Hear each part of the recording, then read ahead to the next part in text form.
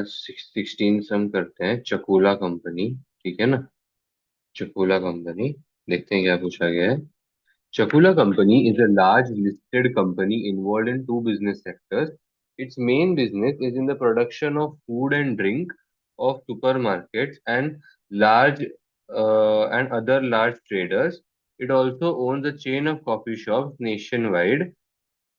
Chakula Company's board of directors thinks that the company is undervalued and is of the opinion that it should focus on rapid innovation taking place in the food and drink production sector. Therefore, Chakula board has decided to unbundle its coffee shop business into a company called Kawa Company. Chakula Company will then either demerge Kawa Company through a spin-off or sell Kawa Company. Chakula Company will then turn its full focus on its remaining business of food and drink production. Initially, Chakula Company shareholders will own Kawa Company on the basis of owning one Kawa share for every Chakula share owned by them. हम्म तो पहले तो वो लोग अपने coffee shops को एक अलग company में ही लेके जा रहे हैं, कॉल्ड कावा company.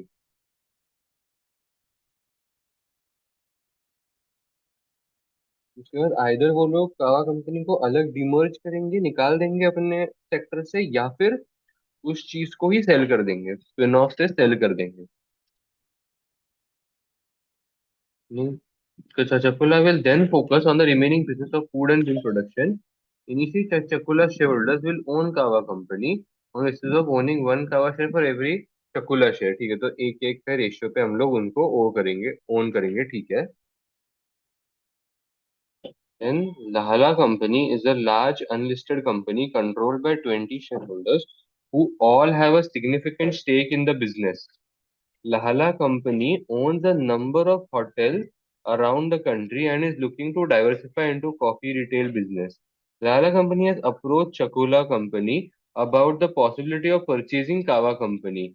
Lala Company will finance the purchase either through cash offer or by share for share offer.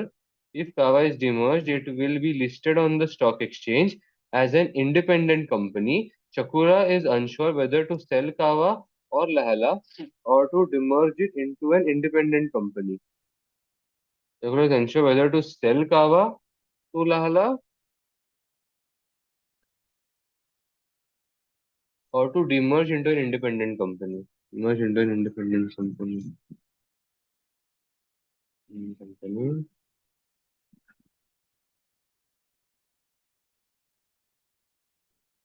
Lahala company or demerge into independent company.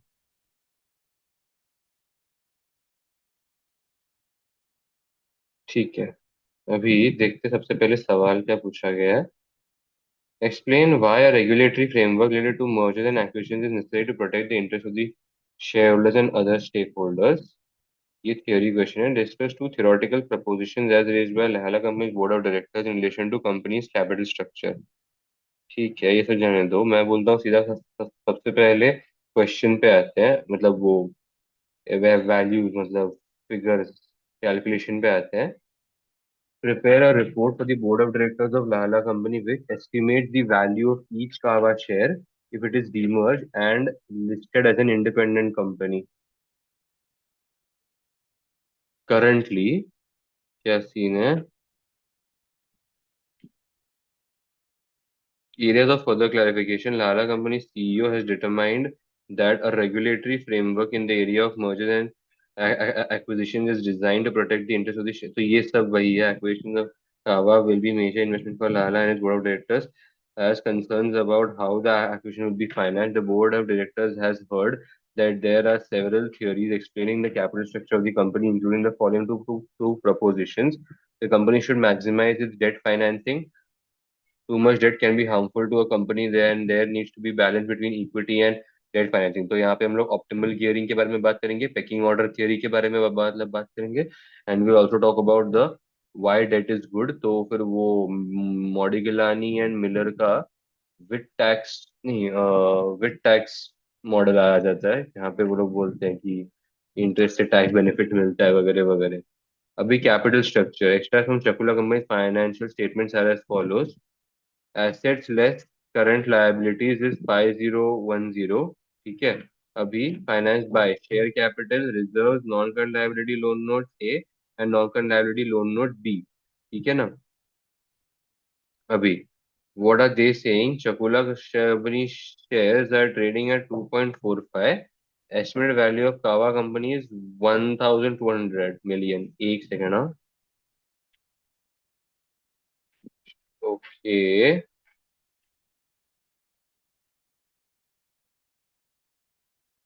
हम्म. ठीक है. सबसे पहले तो अरे मेरा एक्सेल कहाँ गया.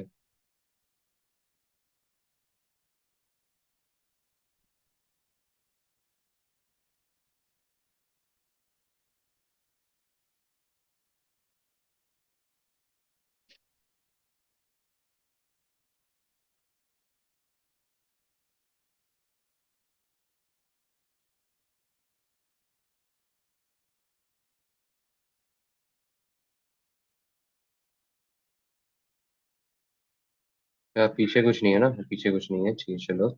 चकुला company. Now what we can do is, यहाँ पे मैं से दो चीजें बना देंगे.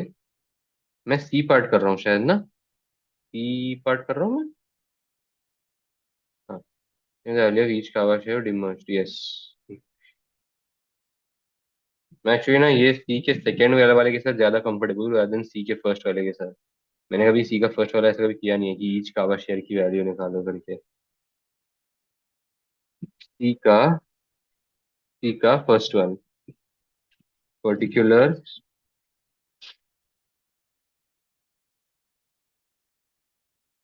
Now what I am doing is, मेरा चकुला कंपनी है. चकुला कंपनी. चकुला कंपनी.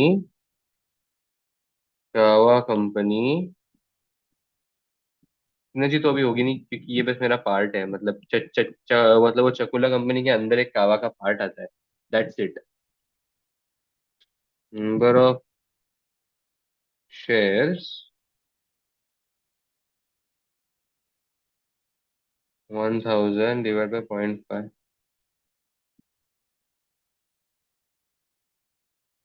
शेयर प्राइस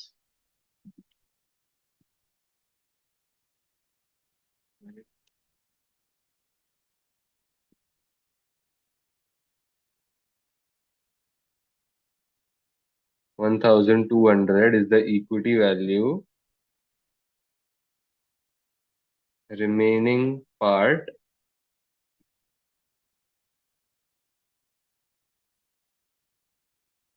ये देखो Chakula company's loan notes A currently have total market value. देखना हाँ. Of 2100. Loan notes B have a total market value of 400. After the unbundling, loan notes will be serviced by Kawa company. एक second ध्यान दो. रुको रुको रुको रुको रुको रुको. ध्यान दो. मेरा loan note A and B है. वो टोटल है वो चकुला का. मुझे ऐसा लगता है ना.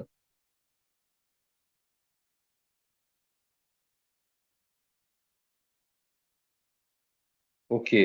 ओके उन्होंने मार्केट वैल्यू बोली है तो ध्यान देना. Market value of loan notes A. Market value of loan notes B.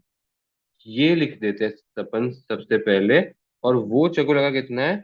2100 and this is 400. ठीक है ना. अभी इसमें देखना कावा का पार्ट आएगा कुछ ना कुछ. After the unbundling, loan note B will be serviced by Kava and the loan note A will remain with Chakula with the post-tax cost of debt for loan notes expected to be 3.52. Post tax है लेकिन वो. तो ये जो है B वाला वो चकुला के साथ सॉरी कावा के साथ चला जाएगा. Post tax cost of debt for this is 3.52%. चलो ये भी हो गया. It is expected that Kava will maintain its capital structure after unbundling. मैं क्या होता है Kava will maintain capital structure after unbundling. Okay.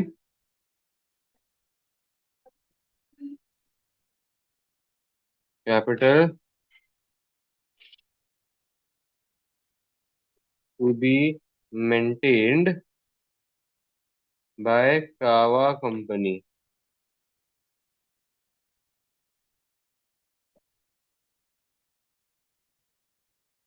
Lala company's debt to equity ratio is estimated to be 40 to 60% in equivalent market value terms, and it has 1,200 million shares in issue. The cost of equity of Kawa is estimated to be 13.51%. All company pay corporation tax at the rate of 20%. वो जाने दो. इन्होंने अभी हमसे क्या मांगा है? Value of each Kawa share if it is demerged and listed in an independent company. तो ये रहा. इफ कावा इज डिमर्ज, तो ये अभी हमको कैलकुलेशन करना है. ठीक है ना. नाउ इफ कावा इज डिमर्ज, तो क्या होगा सबसे पहले तो. Coca-Cola Company's revenue of 4,500 currently, of which 20% is attributable to Kava. It is estimated that after Kava is demerged, its annual sales revenue growth will be 6%, and the profit margin before interest and tax will be 21% of sales revenue. Okay, okay.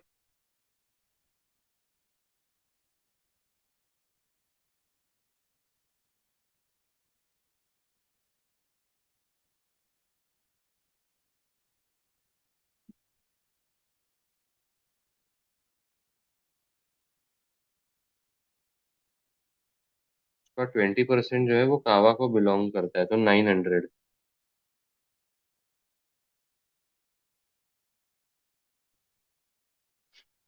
तो particulars year 1 2 3 4 sales revenue, तो वो कितना आएगा 6% पे. So this into 6% की growth,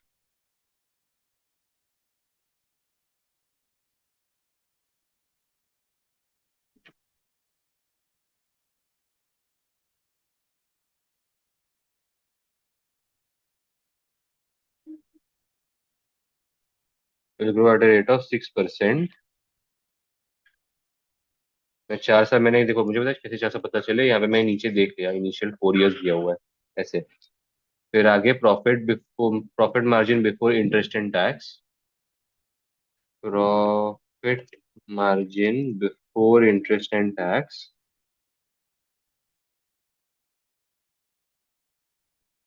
21% of sales revenue.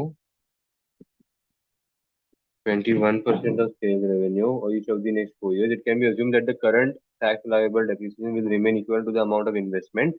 मैं हमेशा बोलता हूँ कि टीएडी जो हमें दिया जाता है करंट टैक्स अलाउेबल डेट, अगर उसकी वैल्यू इन्वेस्टमेंट से मैच करती है और ये सेवनेस अगर उन्होंने हमें दिया हुआ है, तो मतलब हमें यहाँ पे नेट इफेक्ट मतलब लगाना है, कुछ नहीं करना है. बिकॉज इन्वेस्टमेंट माइनस होगा और टैक्स लायबल डेट ऐड होगा सेम वैल्यू से. बट एडिशनल इन्वेस्टमेंट के लिए 100% करना है. क्या बोला उन्होंने एडिशनल इन्वेस्टमेंट के लिए? इन्वेस्टमेंट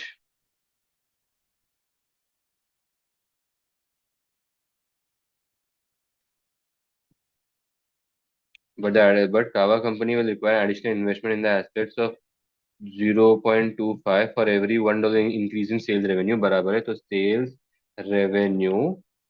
तो कई बार लोग पूछते हैं कि अरे यार ये 954 ईयर 1 में आया, ये कैसे पता चला. तो मैं बोलता हूँ कि जैसे अभी यहाँ पे हमें कंपेयर करना है, तो हम लोग ईयर 1 का कंपेयर किसके साथ ही करेंगे ना. अगर हमें हमने इंक्रीमेंटल या हमने अगर ग्रोथ रेट 60% का ऐड नहीं किया होता तो, है ना.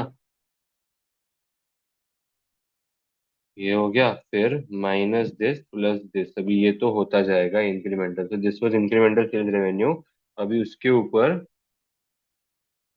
0.25 की एडिशनल इन्वेस्टमेंट है.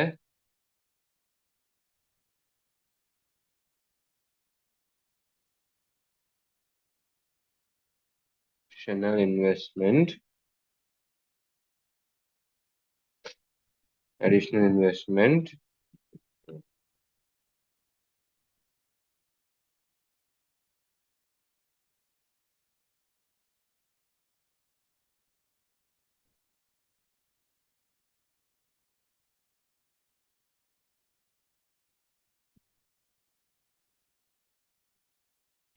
ठीक है, तो ये हो गया। After the initial 4 years, the annual growth rate of the company's free cash flows is expected to be 2.5% for the foreseeable future. ठीक है, यहाँ तक पहले कर लेते हैं। अभी देखो, टैक्स का रेट कितना उन्होंने दिया हुआ है, 20% है। Tax payable in the same year as that of the profits are based on. ठीक है ना? कुछ और है क्या इसमें? नहीं, मुझे और तो कुछ ऐसा ऐसा लग नहीं रहा है अलग था। ठीक है ना? तो अभी यहाँ पे मैं लिख देता हूँ, टैक्स माइनस दिस इंटू 20%। यहाँ पे आ जाएंगे फ्री कैश फ्लोज। तो वो कितना है, सम दिस डिस्काउंट फैक्टर। वो कितना यूज होगा डिस्काउंट फैक्टर? अरे हाँ, वो कैसे, हाँ देखो मुझे दिया हुआ है, कॉस्ट ऑफ इक्विटी 13.51 की अज्यूम करके मैं जा सकता हूँ। लेकिन रुक जाओ, मेरे को यहाँ पे post tax cost of debt भी दिया हुआ है, ये गलती मैं नहीं कर सकता अभी फिर से। मेरे को यहाँ पे अभी वैक निकालना पड़ेगा। वैक कैसे निकालूंगा मैं? Particular debt equity, what a save, market value COC, market value into COC,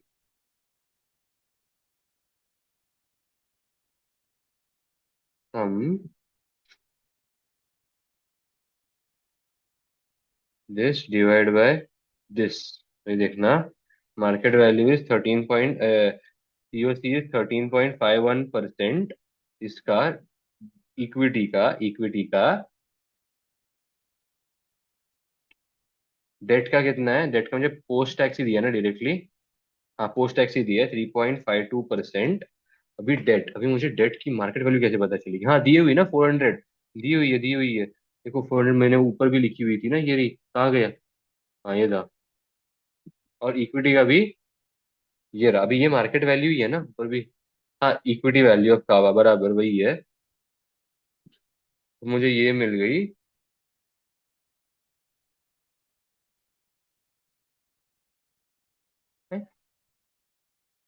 पता नहीं, कुछ तो यार एरर आ रहा है। हाँ, ये हो गया 13.5%। डायरेक्टली जाना चाहिए था मतलब। ऐसा क्यों हो रहा है? मुझे लगता है मैं कुछ तो गड़बड़ हो गया है। क्या हो गया इसमें? 600, हाँ। Is it just not creating that much value?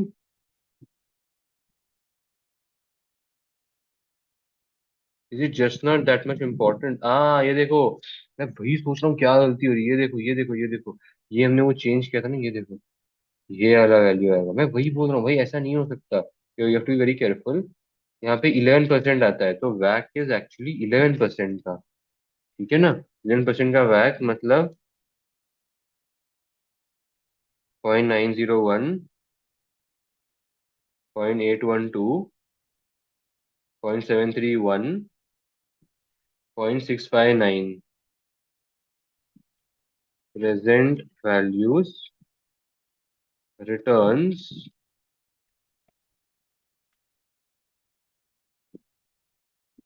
This into this.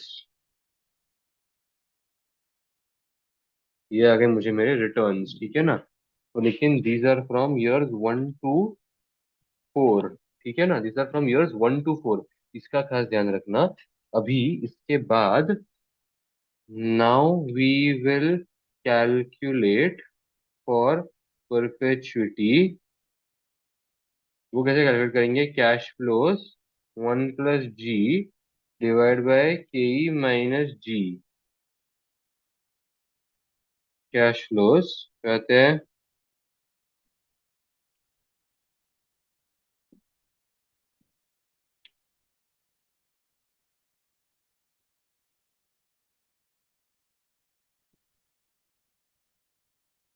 to go for the foreseeable future by 2.5% into 1.025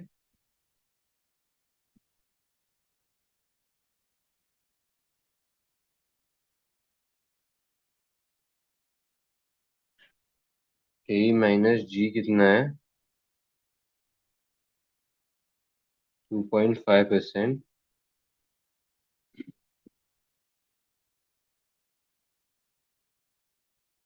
returns नहीं मिले हैं मुझे, ये रिटर्न नहीं मिले हैं मुझे, इसकी डिस्काउंटिंग करनी है। डिस्काउंट फैक्टर, अगेन मैं ये सेम गलती करने वाला था। इसके एक साल पहले के डिस्काउंट फैक्टर के साथ मेरे को डिस्काउंटिंग करनी है। तो मैं डिस्काउंटिंग करता हूँ तो ये मुझे वैल्यू देता है रिटर्न्स का फॉर परपेचुइटी। और दिस फिर मुझे मिलती है टोटल वैल्यूएशन। टोटल वैल्यूएशन मुझे कितनी आती है, 1487 प्लस 494, ये आ जाती है। हाँ ठीक है, ये आती है 181 की। ठीक है ना। लेकिन अब मुझे कुछ इक्विटी वगैरह में कुछ स्प्लिट वगैरह का मतलब मारना है क्या? नहीं, कुछ बोला तो नहीं है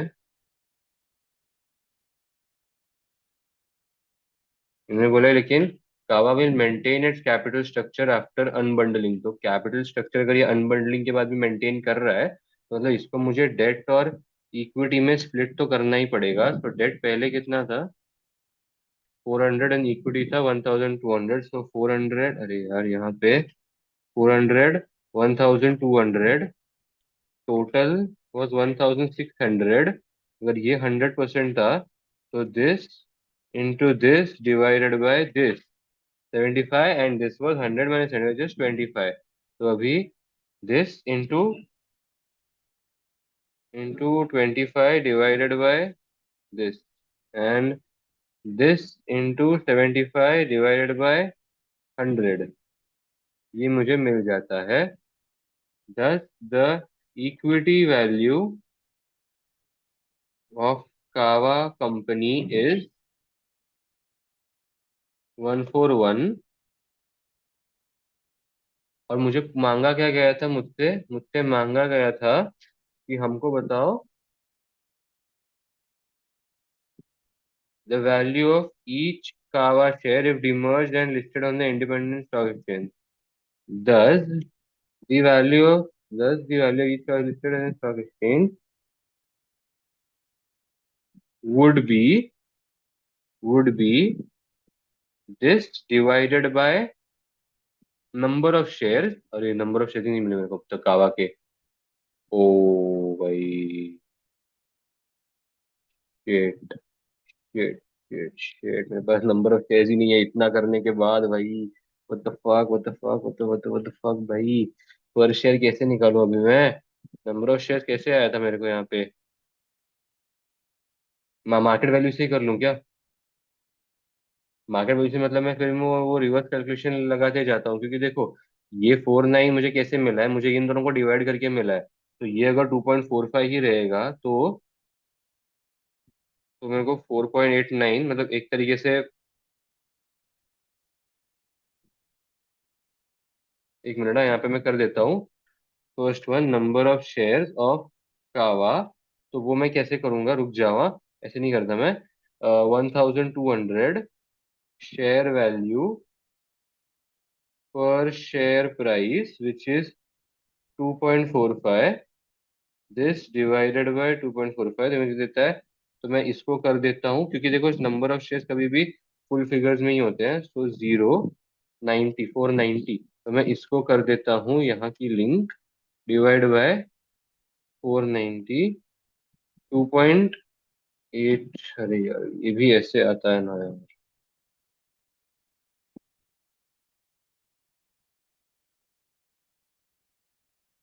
राउंड टू, 2.88 पर शेयर, 2.88 पर शेयर। चेक करते हैं एक बार ये बस सही आ जाए भाई, मैं बहुत एक्साइटेड हूँ इस वाले के लिए, मैंने कभी ऐसा काम किया नहीं है। Just the thrill. 185 नहीं आया, 220।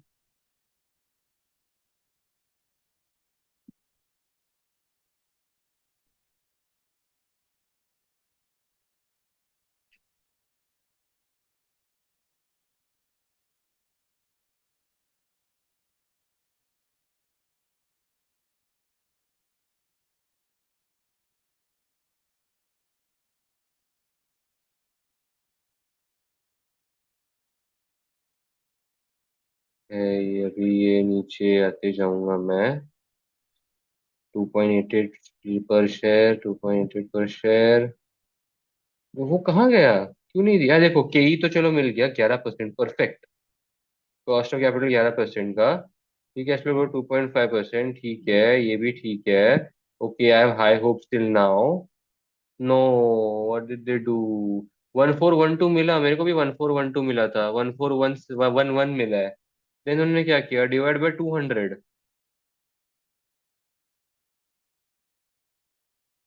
2000, सॉरी, डिवाइड बाय 2000 डायरेक्टली कर लिया उन्होंने, which is the number of Chakula shares. What the hell man, at such high hopes.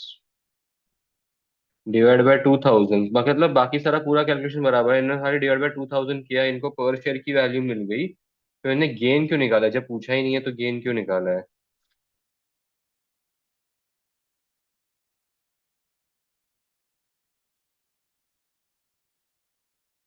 तो ठीक है, वैल्यू ऑफ ईच कावा शेयर डिवाइड करने के बाद पर शेयर वैल्यू देखो 0.71 की मिल जाती है। कावा original value 1200 million divide by 2000 million shares.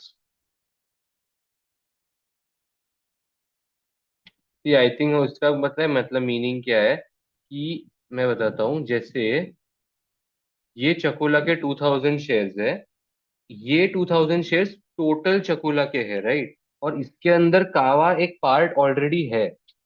तो अगर हम कावा को सेपरेट कर रहे हैं, तो कावा के ऐसे अलग नंबर ऑफ शेयर्स तो नहीं होंगे ना, बिकॉज कावा खुद एक चकुला का पार्ट है। तो इसलिए इसके भी 2000 शेयर्स ही होंगे। अभी अभी ये 1200 डिवाइड बाय 2000, 0.6। तो अभी ये जो मेरा 2.45 शेयर का प्राइस है, इस 2.45 का 0.6 ये सिर्फ कावा का वैल्यू है, ऐसा इन्होंने निकाला है। मतलब इस 2.45 में 0.6 कावा कंट्रीब्यूट करता है, दैट्स इट, ये इन्होंने निकाला हुआ है basically.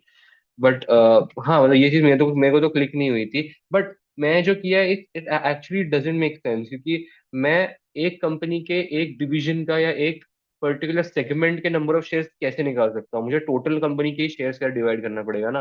Like, if I genuinely think about it, तो ये इसमें तो मेरी गलती थी। तो ये लास्ट पार्ट में खाली होगा। बट आई एम पता है, मैंने पता है, वेरी हैप्पी कि मैंने यहाँ पे वैक कंप्लीट किया। मैं हमेशा वैक वाला पॉइंट मिस कर देता हूँ, मैं डायरेक्टली कॉस्ट ऑफ इक्विटी से डिवाइड कर देता था पहले, एंड मेरे को यहाँ पे मतलब वो डिस्काउंट फैक्टर का याद था, तो ये दो चीजें मैं हमेशा भूल जाता हूँ। इस बार याद थी, so that's good. Anything else that I forget usually? No, but I took a hell lot of time in calculating this. इसकी एक्चुअली कोई जरूरत नहीं थी, ये जो मैंने पूरा किया है ना, उसकी कोई जरूरत नहीं थी। I took a hell lot of time there, लेकिन मेरे को पता ही था ना क्वेश्चन ऐसा है। और बाकी जो उन्होंने गेन वगैरह किया है वो फालतू है, वो गेन वेन की जरूरत नहीं है, आई फील वो that is just not required. ठीक है।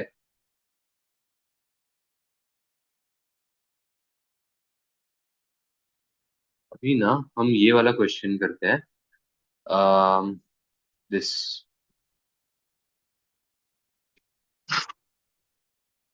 पार्ट सी का सेकेंड वन, ठीक है ना? पार्ट सी के सेकेंड वन में देखते हैं, हमें सबसे पहले क्या पूछा गया है। हमको पूछा गया है, additional equity value created by when combining Lahla and कावा कंपनी। एडिशनल इक्विटी वैल्यू बतानी है जब हम लहला और कावा को एक्वायर का मतलब साथ में लाएंगे, तब क्या बनेगी? तो ये रहा एक्विजिशन ऑफ कावा एंड लहला।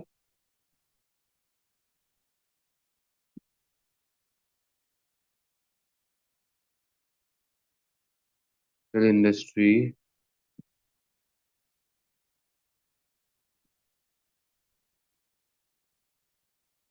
अच्छा रुक जाओ जरा, थोड़ा सा रुक जाओ, हम सबसे पहले ये देख लेते हैं हमारा बिजनेस क्या है। कावा का कॉफी का बिजनेस था, राइट? मतलब वो कॉफी करता था सिर्फ प्रोड्यूस की, हम वैसे ही उसको देने वाले थे। अभी सीन क्या हो गया बीच में, लहाला का एवरेज पी रेशियो 15.61 है होटल इंडस्ट्री का, लेकिन लहाला का खुद का 10% लोअर है इससे।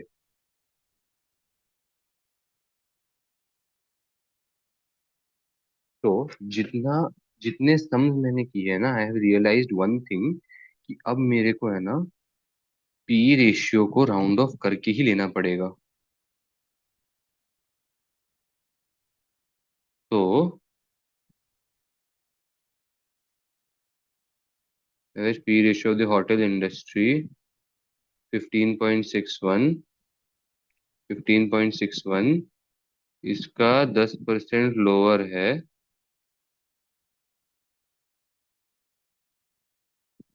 तो दिस इज फॉर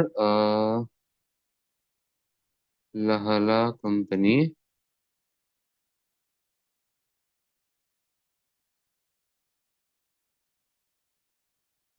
ये है Kava company, synergy, this is total.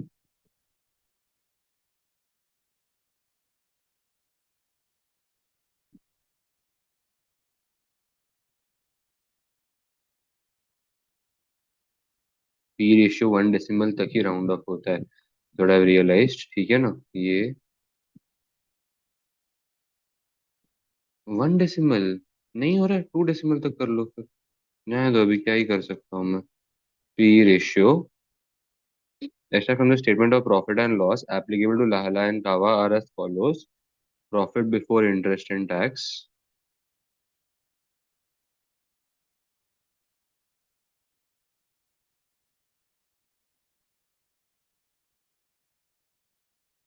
मुझे तो प्रॉफिट आफ्टर टैक्स ही काम होगा। लहाला का कितना है प्रॉफिट आफ्टर आफ्टर टैक्स? 171, और कावा का कितना है? 117.1, ठीक है ना। तो मेरा मार्केट वैल्यू कितना होगा? P ratio into profit after tax, तो ये आता है कितना मेरा market value. After the acquisition, it is expected that the PE ratio of the combined company will be the midpoint between the two individual companies' PE ratio।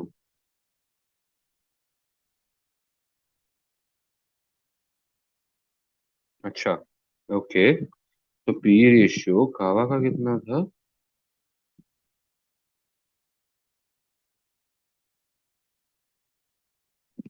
अरे यार, ये मैंने कैलकुलेट ही नहीं किया था क्या यार।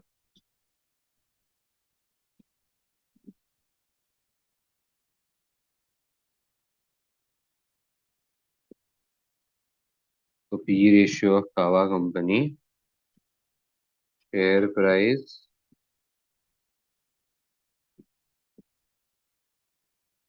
EPS,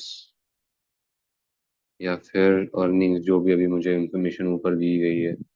रिपीट तो करनी पड़ रही है बार बार वही इंफॉर्मेशन, तो क्या ही फायदा है ना। शेयर वैल्यू, शेयर वैल्यू, यहाँ पे आएगा फिर अर्निंग्स आफ्टर टैक्स, मिल जाएगा पी रेशियो। तो शेयर वैल्यू मुझे यहाँ पे दी गई थी, मार्केट वैल्यू मेरी 120 है ना, ये मुझे दी गई थी। तो मेरे को पी रेशियो मिल जाएगा विच इज 10.24, तो यहाँ पे मेरे को पी रेशियो आएगा round,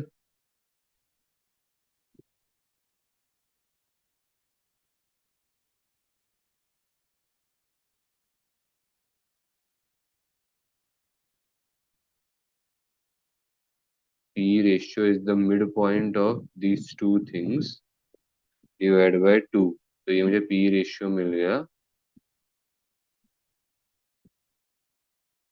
After the acquisition, it is expected that the annual after-tax profit will increase by 62 million due to combine the two companies।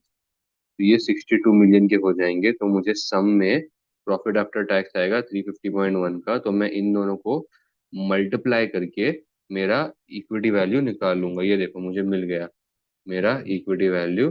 Lala has propose to pay for acquiring Kava इधर through cash offer of 6.6। और तो अच्छा ठीक है, मुझे यहाँ पे क्या निकालना था सिर्फ, अच्छा पहले मुझे सिर्फ equity value, additional equity value created for Lahla ना। हाँ, तो अभी ये तो मेरा 1200 ही है, तो मेरा एडिशनल इक्विटी वैल्यू कितना हुआ? 151.165। Thus we can say that the additional equity value generated would be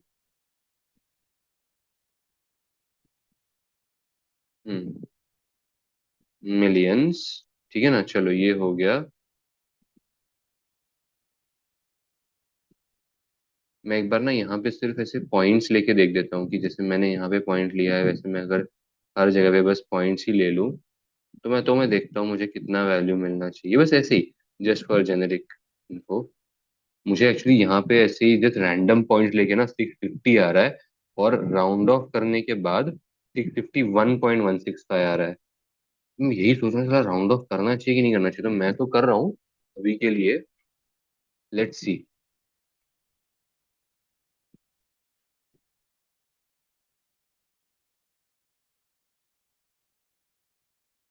तो अब नीचे आ गया हूँ। I hope this brings me back. नहीं, ये भी नहीं है। चकुला, हाँ यही है ना शायद, चकुला। चलो देखते हैं अभी।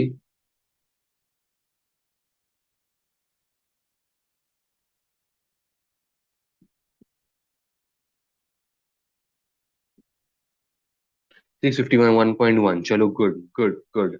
तो हमें ऐसे ही करना है, we don't have to do, मतलब ऐसे पॉइंट्स पॉइंट्स पे नहीं करना है, पी रेशियो को राउंड ऑफ ही करना है कंपलसरीली। ये अभी हमको पता चल गया। एक्चुअली मैं इसको क्यों कर रहा हूँ, अब तो इसका पार्ट्स बाकी है ना, ये तो सारा क्वेश्चन पार्ट्स में आया हुआ है। अभी the percentage gain in each of the लाला एंड कावा company shoulder in the each of the payment, payment method, sorry, each of the payment method. सबसे पहला पेमेंट मेथड लेते हैं कैश ऑफर का। तो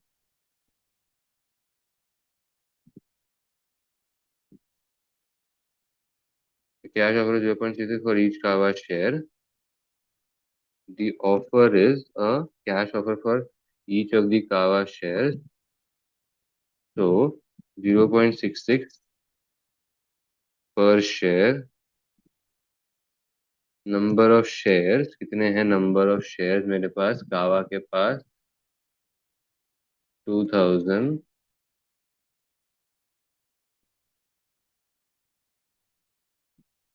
valuation asked under the cash offer. Okay. और अपन करें यहाँ पे एक्चुअल वैल्यूएशन।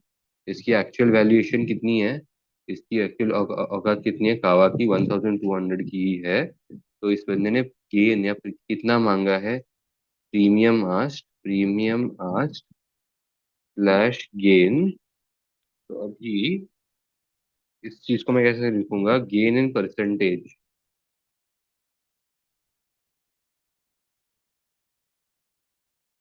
कैसे लिखे लिखा जाएगा इस चीज को, 1200, सॉरी 120 डिवाइड बाय दिस। तो actually 200, so this is the gain which has been received by Kawa company, gain for Kawa। अभी फिर आएगा गेन फॉर कौन है ये बंदा, लाहला कंपनी। तो वो कैसे होगी गेन फॉर लाहला company, total energy 651.165, premium slash gain taken away by कावा। तो वो हो जाएगी 120 का। तो बचा value this, this is gain for लाहला। तो this is this divide by, जरूर जरूर जरूर जरूर जरूर इसको ना ऐसे ही करता हूँ, कंट्रोल सी कंट्रोल वी। इसका क्या गेन होगा, this divide bye share value of Lahla, market value of Lahla, this आएगा 22 पॉइंट इतना का परसेंट का गेन। ठीक है ना। अभी second, share for share exchange offer, share for share exchange offer. इसमें मैं कैसे करूंगा, अभी one Lahla share for every three कावा शेयर्स। ओ भाई साहब ठीक है। तो लाहला कावा, one Lahla share for every three कावा शेयर्स, कावा के पास कितने शेयर्स थे। अच्छा ध्यान देना, नंबर ऑफ शेयर्स पूछा है, तो वो हमें 2000 ही लेना है जैसा हमने पहले केस में लिया था। ठीक है ना, आई फील 2000 ही आना चाहिए। अच्छा पहले मैं एक बार जरा कैश ऑफर को चेक कर लूंगा, वरना शेयर फॉर शेयर का कोई मतलब ही नहीं है वरना फिर, क्योंकि अगर कैश ऑफर में ही नंबर ऑफ शेयर्स गलत चले गए तो। हाँ ये देखो 10% और 22% बराबर है, तो हमें 2000 नंबर ऑफ शेयर्स ही लेने हैं। तो अभी मैं इसको करता हूँ राउंड। क्योंकि ये वाला मैंने नया सीखा है तो करूंगा मैं यूज। नंबर ऑफ शेयर हम लोग को इतने नंबर, हम लोग कभी भी नंबर ऑफ शेयर पॉइंट में नहीं कर सकते पहली बात तो। अब क्या हाँ, अभी शेयर प्राइस, अभी यहाँ पे हम लिखेंगे न्यू शेयर प्राइस। कैसे होगा? न्यू शेयर, ये भी वर्किंग नोट का ही पार्ट है, ठीक है ना। थर्ड, न्यू शेयर प्राइस, इसको कैसे करेंगे देखना, ध्यान देना। अम,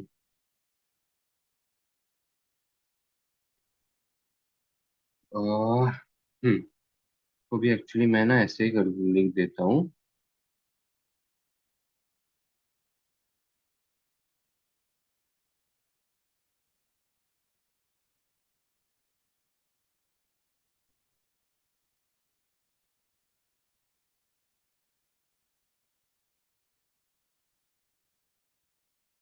लाहला के पास नंबर ऑफ शेयर्स कितने हैं, देखा ध्यान देना। लाहला के पास ऑलरेडी नंबर ऑफ शेयर्स कितने हैं ये हमको पता नहीं है, एक्चुअली हमको जानना पड़ेगा। कितने हैं लाहला के पास number of shares? Oh shit. Oh no no no no no no no, not like this, ये फकअप नहीं हो सकता भाई। हाँ हाँ हाँ, लाला's debt to equity ratio is estimated to be market value and has, हाँ 1200, चलो गुड। फाइनली मिल गया 1200। और देखना, अभी देखना ध्यान देना, हम क्या कर रहे हैं, इनके 2000 पूरे के पूरे ले रहे हैं, तो ये भी 667 दे रहे हैं, तो 667 ही आएगा सिर्फ। ठीक है ना, तो sum this is the number of share, this is the total number of shares, है ना। हाँ, अभी यहाँ पे आएगा मार्केट वैल्यू, तो हमको यहाँ पे मार्केट वैल्यू नया वो वाला पुराना वाला ही मिला हुआ है। मैं ये कैलकुलेशन ऊपर क्यों नहीं कर रहा हूँ, बिकॉज मैं ऊपर कुछ भी हिलाना नहीं चाहता हूँ फिलहाल के लिए, बस इसके लिए, वरना कुछ नहीं है। New share price, actually new share price नहीं है, ऐसा ऐसा है इसका वैल्यूएशन की, शेयर प्राइस एज पर कैश ऑफर, ऐसा है इसका वैल्यूएशन नाम। शेयर प्राइस एज पर share offer, share exchange offer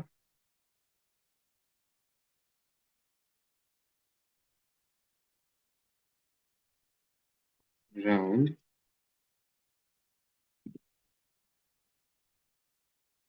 zero, नहीं sorry sorry sorry sorry sorry, two. तो अब मेरा जो वैल्यूएशन आएगा, वैल्यूएशन तो ये सेम सेम सेम चीज कॉपी, यू नो व्हाट, इधर से कर लेता हूँ कॉपी पेस्ट,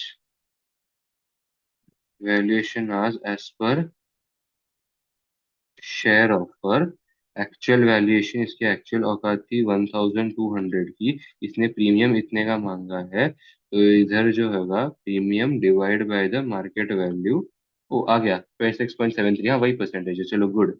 एंड अभी यहाँ पे गेन फॉर लाहला कंपनी कितने जगह छोड़ के दो, टोटल सिनर्जी कितनी थी, टोटल सिनर्जी थी 651.61, बराबर है, इतनी वैल्यूशन लेके गया, तो इतना नहीं, गेन फॉर लाला ऐसे नहीं होगा। हाँ बराबर, लेकिन फिर यहाँ पे मैंने मिस्टेक की है क्या फिर, हाँ डिवाइड बाय एक्चुअल वैल्यूएशन कितनी है लाला की, ये वाली 13.75%, चेक करते हैं, देखते हैं। 26.7% एंड 14%, 26.7% बराबर है, एंड 13.75 है। अब वो ठीक है यार, अब वो तो ठीक है, थोड़ा सा बहुत तो फर्क आएगा ही। गुड, नाइस, वेल डन, ये भी हो गया। तो अभी ये दोनों क्वेश्चन हो गए। Impact on Lala company capital structure in the east, अरे बैंक शो, ये क्या है भाई? Impact on Lala company capital structure, ये तो अभी है ना, सबसे पहले इस चीज को ऐसे समझ लेते हैं कि मेरे को डेट और इक्विटी को 40 और 60 के प्रपोर्शन में तो बांटना ही है, बराबर है ना।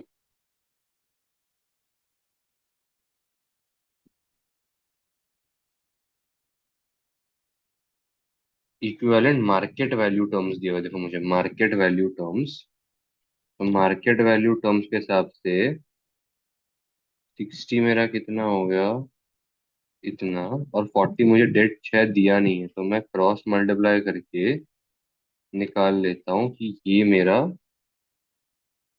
डेट टू इक्विटी हो गया। ठीक है। अभी मैंने कैश ऑफर और share for share exchange offer दिया हुआ है, बराबर है ना।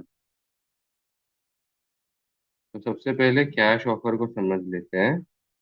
कैश ऑफर को समझते हुए डेट और इक्विटी फिर से, ओरिजिनल वैल्यूज, तो देखो यही है। अभी एडिशंस कुछ हुए हैं क्या? एडिशंस देखो क्या क्या हुए हैं। सबसे पहले तो इक्विटी में गेन आ गया। गेन कितने का आ गया इक्विटी में? इक्विटी में गेन आ गया कैश ऑफर के चलते 531 का। और डेट में गेन आ गया। देखो ना, मैंने कैश ऑफर दिया है। हम्म, अब मैं पैसा मैं दे रहा हूँ, अब मैं कहाँ से दूंगा? मैं डेट से ही दूंगा या फिर मैं कैश ऑफर से दूंगा? कुछ तो एक होगा ना। Like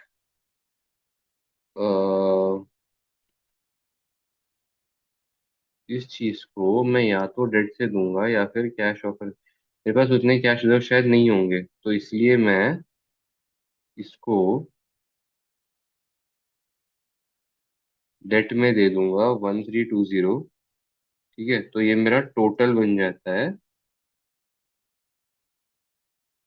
is what I feel, क्योंकि देखो मैं कैश कहाँ से अरेंज करूंगा ना, वरना इतना सारा, है ना। देखो सम करके देख लेते हैं अभी। और फिर अगर ये मेरा 100 है, तो अब मेरा रेशियो कितना हुआ बेसिकली, वैसा चेक करना है क्रॉस मल्टीप्लाई करके। Percent percent.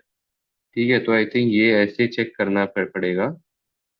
इस चीज को कैश ऑफर पे जरा चेक कर लेते हैं। नहीं, 53% है और 46.9% है। क्यों? 161.0, 1320 एंड 400 मिलियन। मैंने ये 400 मिलियन शायद नहीं लिया है। डेट 400 मिलियन, 200 मिलियन का डेट, का डेट। हाँ, ये 400 मिलियन का वो डेट है जो कावा कंपनी अपने साथ लेके आई है ना। ये वही है ना शायद। कावा कंपनी कुछ तो अपने साथ डेट लेके, यहाँ देखो loan notes B currently have a total market value of 400. After unbundling, loan note B will be serviced by कावा। तो ये कावा कंपनी अपने साथ लेके आई है, तो ये उन्होंने वहां पे ऐड किया हुआ है। ओके, तो ये आएगा 400। तो ये होगा 53 और 46.89। हाँ बराबर, फिर जैसा ये लोग बोल रहे हैं वैसा ही 53 और 46.9, बराबर, परफेक्ट। फिर अपन आ जाते हैं share for share exchange offer पे। शेयर ऑफर पे देखो, ओरिजिनल वैल्यूज तो ऑब्वियसली कोई बदलाव नहीं आएगा। एडिशन में बदलाव आएगा। इक्विटी में कितनी वैल्यू ऐड हुई है? गेन 330 का ऐड हुआ है। और डेट में कितने का ऐड हुआ है? डेट में देखो ये +400। अब वो तो मैं अज्यूम करके चल रहा हूँ कि इधर भी सेम ही होगा, शेयर फॉर शेयर एक्सचेंज में इधर भी मैं 4 लेके ही चलूंगा। और अब मैं कितना दे रहा हूँ उनको valuation share for share exchange में?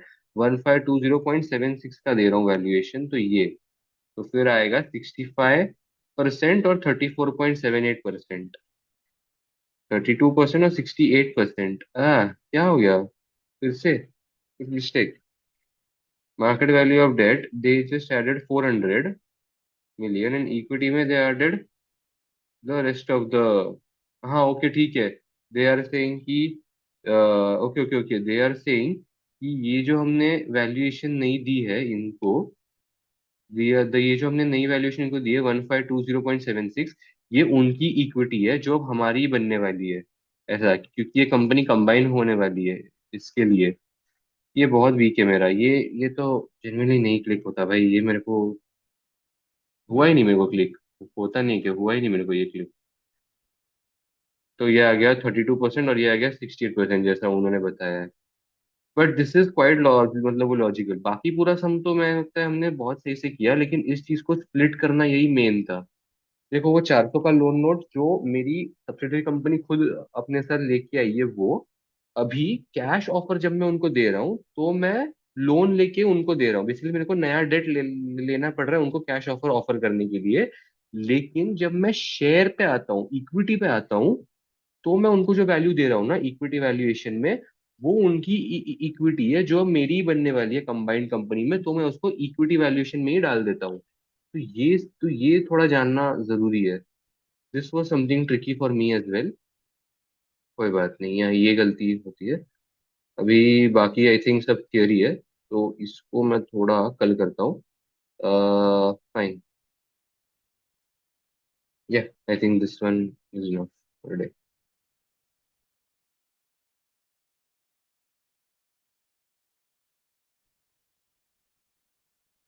क्वेश्चन नंबर ए पे आते हैं अभी। Explain why a regulatory framework related to mergers and acquisitions is necessary to protect the interests of the shareholders and other stakeholders.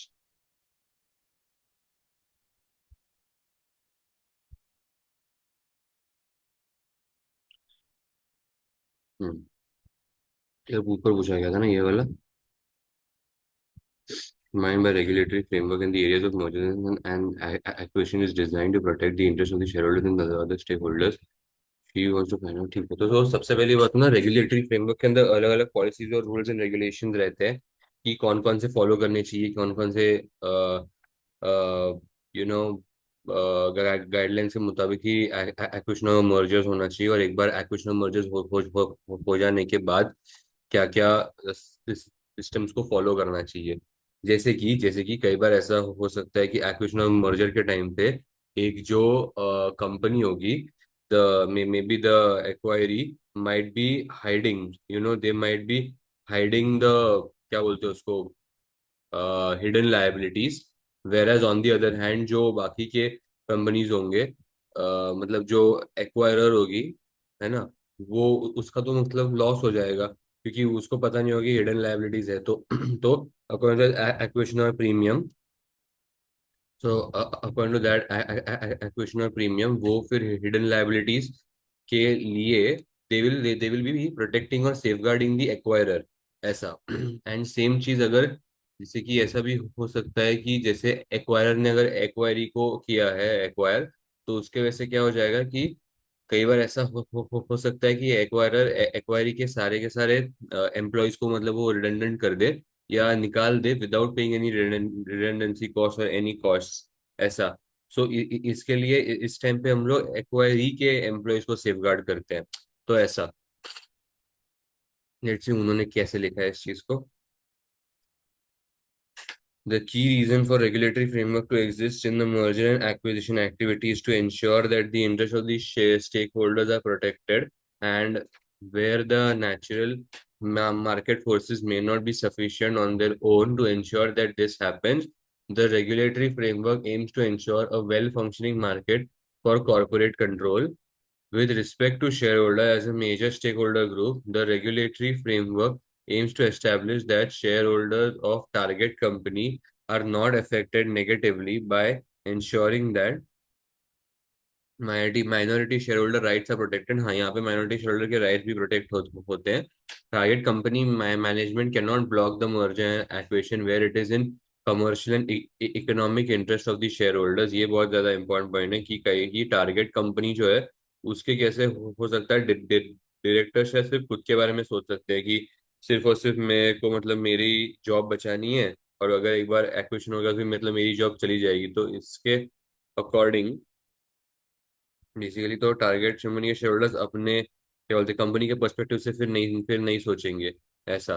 ठीक है ना। फिर आता है sufficient time is made available for proposal to be properly scrutinized. The regulatory framework also aims to ensure that sufficient information is provided about the proposed acquisition and merger for all investor groups to evaluate the proposed deal properly. With respect to other stakeholders, the aim of a regulatory framework is to ensure that there is no substantial lessening of competition after merger and acquisition has taken place. This will protect the choice that consumers, suppliers, and employees have in engaging with a range of organizations in that business sector and within a properly functioning economic market. ठीक है, आगे बढ़ते हैं.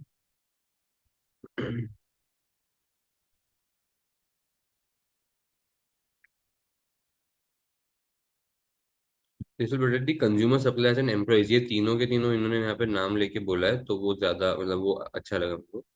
वो point हम use करेंगे. आगे, discuss the two theoretical propositions as raised by Lahala Company's board of directors in relation to company's capital structure.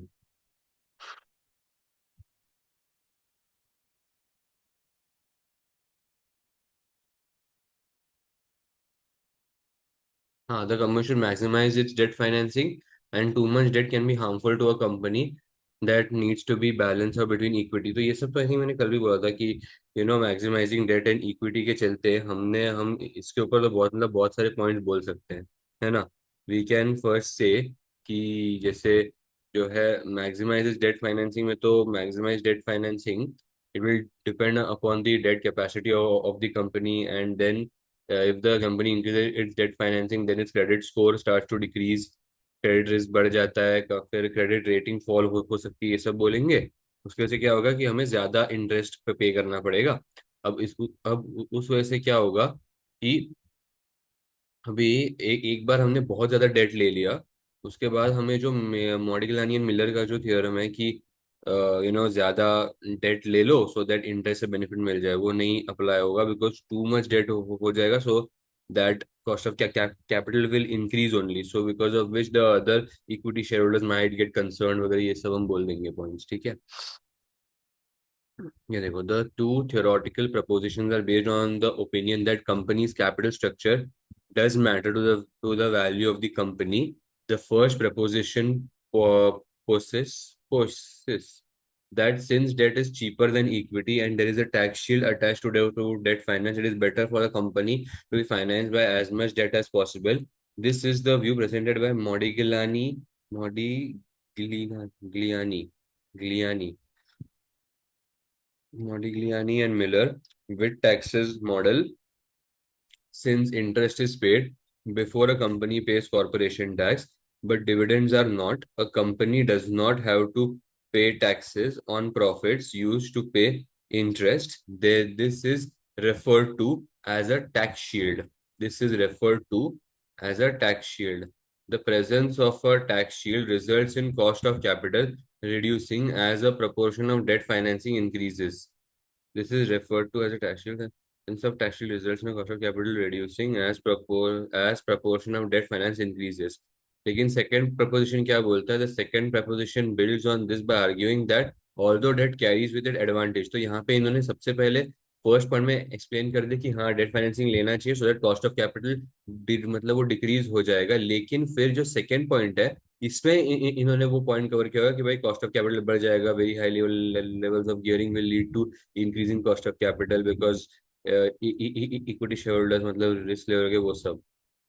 The second proposition builds on this by arguing that although debt carries with it the advantage of tax shield at high levels of gearing, this position no longer holds true. Here, financial risk increases significantly and the company experiences increasing level of financial distress, resulting in the cost of equity increasing significantly. This overrides the benefit gained from the tax shield. As a result, the cost of capital increases at very high levels of gearing. Even the cost of debt starts to increase significantly. Hence, there is a trade-off between the benefits of the tax shield and the cost related to financial distress, such that the cost of capital reduces initially but then rises, meaning that there is an optimal minimal cost of capital where corporate value is maximized. Nice. अभी मतलब basically हम लोग optimal gearing को beat कर रहे हैं और एक फाइनेंशियल मतलब वो डिस्ट्रेस में जा रहे हैं. ठीक है. तो इनका रिपोर्ट पढ़ते हैं इन्होंने क्या लिखा हुआ है. Estimate the value of each कावा share if it is demerged and listed as an independent company. तो ये सब बेसिकली ये पूरा इन्होंने अभी हर एक चीज को रिपोर्ट में लिखा हुआ है। ये इनकी समरी। वो लोग चालू पता है कैसे करते हैं? Report to the board of directors of this company. उसके बाद this report evaluates and discusses. और फिर ये सब वही डाल देते हैं, each the value of each कावा शेयर फिर emerge listed company, and then the additional value created for Lala and Kava, then along with the percentage gain of each of ये सब impact on the capital structure, ये सब मतलब ये लोग पूरा इसको ही कॉपी पेस्ट यहाँ पे कर देते हैं। It is also evaluates the discuss the impact on acquisition, तो सेम चीज ये लोग बस यहाँ पे कॉपी पेस्ट करते हैं। एंड देन ये लोग नेक्स्ट पैराग्राफ में ये लोग आंसर के साथ स्टार्ट करते हैं, तो हम लोग भी ऐसे ही स्टार्ट करेंगे। आगे बढ़ते हैं। The initial evaluation would indicate that the demerger is better option for Kava company shareholders compared to the acquisition if acquisition is paid for by cash. However, the share for share exchange gives a higher return compared to the demerger. Therefore, on purely financial grounds, it is the best option for Kava company shareholders. Although Lala company shareholders lose some additional value derived from the acquisition if the share for share option is chosen, then they would probably still be in favor of the acquisition because the company's value will increase and so will the value of their shares. ठीक है ना? तो basically ये लोग share holder जो है इनका support करेंगे बिकॉज इनकी वैल्यू बढ़ जाती है लाहला कंपनी के शेयर होल्डर्स की। Lose they lose some additional value from the acquisition of share for share option is chosen, but they would still probably favor the acquisition, ऐसा ये लोग बोल रहे हैं। ठीक है, अब आगे। However, the following additional factors also need to be considered in the evaluation process। कौन से है वो? The value estimates are based on predicted variables, both of for the demerger valuation. The value estimates are based on predicted variables, both for demerger valuation and for the acquisition valuation. It is likely that there will be changes to the actual variables, and it is recommended that Lahala company undertake sensitivity analysis। तो basically हम इस case में ना यही सारी चीजें बोलते हैं कि जो वेरिएबल्स निकाले गए हैं वो बहुत सारे अजम्पशंस पे निकाले गए हैं। ठीक है, एस्टिमेट्स है। ठीक है, ओनली ये जो है ना estimates of the current statement of मतलब प्रॉफिट एंड लॉस वो खाली सेम लिया हुआ है, लेकिन उन्होंने ऐसा अज्यूम किया हुआ है कि इस साल के जो करंट स्टेटमेंट के प्रॉफिट्स है वही आगे चल के भी होंगे। अगर यहाँ पे कहीं उन्होंने फोर्सेबल फ्यूचर की बात की तो वो भी लिख देंगे। फिर इन लोगों ने ऐसा अज्यूम किया हुआ है, ये देखो फोर्सेबल फ्यूचर लिखा हुआ है। तो ये सारी चीजें बेसिकली पूरा का पूरा अजम्पशन के ऊपर ही बेस्ड है। फिर ये लिख देंगे कि कॉस्ट ऑफ इक्विटी जो है वो कहाँ से मिली, how was it derived.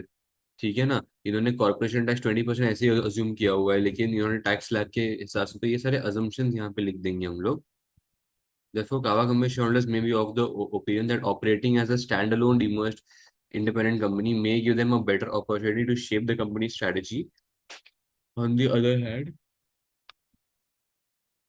they may equally decide that they would need to be part of a large company to be able to compete effectively against Buni company। ये इनका computer के बारे में उन्होंने कहीं तो कुछ तो दिया होगा, बस वही है। मैं जरा एक बार इनका एक्सेल खोलना चाहता हूँ देखने के लिए कि इनकी वैल्यूएशन स्टैंड अलोन कितनी आई थी और ये ऐसे अलग अलग कितनी आई थी।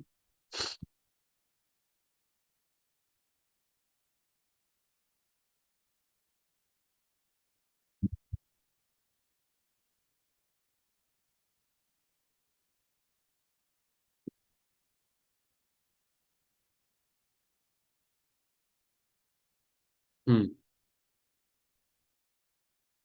अकेले जब करने गए थे तो इनकी वैल्यूएशन टोटल आई थी 14011, मतलब 1411। और जब हम लोग इंडिपेंडेंटली करने गए तो इसकी valuation I 1520 share for share share exchange से, और कैश ऑफर से ही 1320। ठीक है, लेकिन उन्होंने बोला कि स्टैंड अलोन करना चाहिए rather देन कैश ऑफर, ऐसा ओपिनियन। ठीक है। Secondly, Kava company shareholders may be of the opinion that operating as a standalone demerged independent company may give them a better opportunity to shape the company strategy. On the other hand, they may equally decide that they would need to be part of large company to be alone to compete effectively against Buni company। ये ठीक है। Secondly, Kava company shareholders cannot be certain with whether the 26.7% additional value is realistic or not. They may be especially pertinent because Lala Company is an unlisted company and therefore may keep proprietary and strategic information private, limiting the ability for external parties to undertake a full and effective evaluation. अच्छा, मैं ये किसके share holders के लिए बना रहा हूँ? वैसे मैं ये लाला कंपनी के शेयर होल्डर्स के लिए बना रहा हूँ ना। हाँ, लाला कंपनी, तो हमको ये भी देखना चाहिए, इसमें हम ये भी लिख सकते हैं कि the board should be very careful while evaluating and assessing the acquisition of Kawa, as it should be noted that whether there are any hidden liabilities which the company has, ये भी हम बोल सकते हैं. Thirdly, because Lala Company is an unlisted company, Kawa shareholders may be concerned about how they would be able to exit the company. हाँ, क्योंकि इनके shares बेच के तो ये लोग नहीं निकल सकते if they want to. For instance, if their investment portfolios become imbalanced when the companies are combined, they may need to sell some shares to rebalance it. Lala Company should consider the possibility of undertaking a partial listing in order to make the deal more palatable for Kawa Company shareholders. In addition, to ensure that acquisition is financially beneficial for them, Lala Company shareholders main concern would be that Kawa shareholders will own a significant portion of the combined company, just under 36%. This could mean that the new shareholders would have a significant influence on the way the company is run and its strategic direction, which may be different to what Lala Company's current shareholders want. आगे बढ़ते हैं. The cash payment option means that the proportion of market value to of debt increases significantly and is higher than the market value of equity. This would probably increase the cost related to financial distress, and future borrowing costs would increase as a result. On the other hand, the share for share exchange increases the proportion of equity compared to debt financing. This may reduce the financial distress costs but also reduce Lala Company's ability to benefit from the tax shield. On the face of it, it would appear that Lala Company would find it difficult to raise the funds needed just debt financing. Although the board of directors could explore this option further, equity finance through a partial listing may be necessary option which Lala Company will need to explore as well. Although this may require Lala Company to disclose private information to the markets.